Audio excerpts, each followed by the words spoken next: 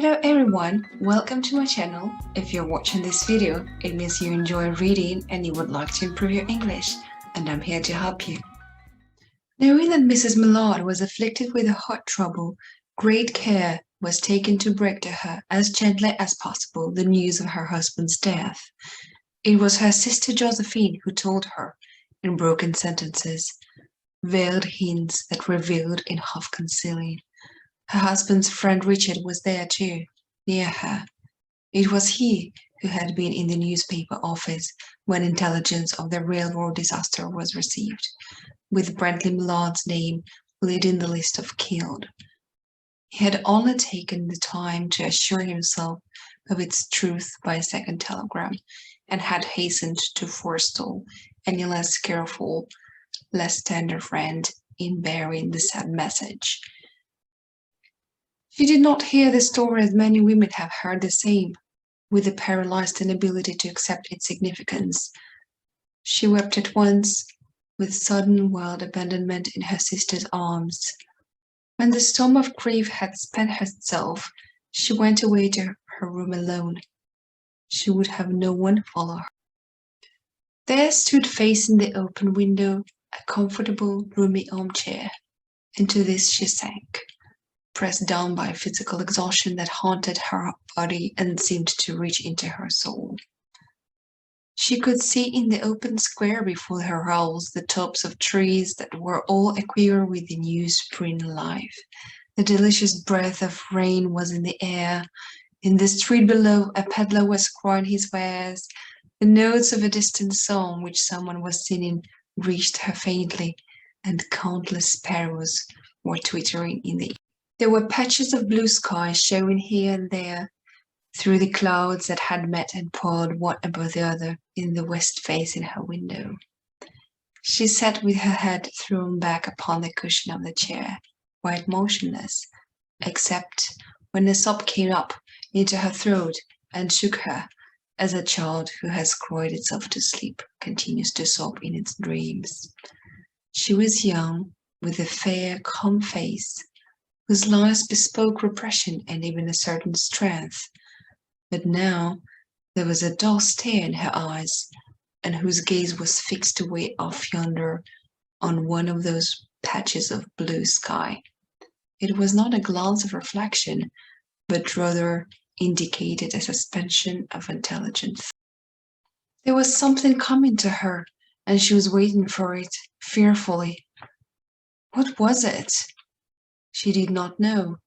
It was too subtle and elusive to name, but she felt it, creeping out of the sky, reaching toward her through the sounds, the scents, the color that filled the air. Now her bosom rose and fell tumultuously. She was beginning to recognize that thing that was approaching to possess her, and she was striving to beat it back with her will, as powerless as her two white slender hands would have been. When she abandoned herself, a little whispered word escaped her slightly parted lips. She said it over and over under the breath. Free, free, free. The vacant stare and the look of terror that had followed it went from her eyes. They stayed keen and bright. Her pulses beat fast, and the coursing blood warmed and relaxed every inch of her body. She did not stop to ask if it were or were not a monstrous joy that held her. A clear and exalted perception enabled her to dismiss the suggestion as trivial. She knew that she would weep again when she saw the kind, tender hands folded in death, the face that had never looked save with love upon her, fixed and grey and dead. But she saw beyond that bitter moment a long procession of years to come that would belong to her absolutely, and she opened and spread her arms out to them in welcome. There would be no one to live for during those coming years. She would live for herself. There would be no powerful will bend in hers in that blind persistence with which men and women believe they have a right to impose a private will upon a fellow creature. A kind intention or a cruel intention made the act seem no less a crime as she looked upon it in that brief moment of illumination. And yet she had loved him sometimes. Often she had not. What did it matter? What could love, the unsolved mystery, count for in the face of this possession of self-assertion, which she suddenly recognized as the strongest impulse of her being? Free, body and soul free. She kept whispering. Josephine was kneeling before the closed door with her lips to the keyhole, imploring for admission. Louise, open the door. I beg, open the door. You will make yourself ill. What are you doing, Louise? For heaven's sake, open the door. Go away. I'm not making myself ill. No, she was drinking in a very elixir of life through that open window.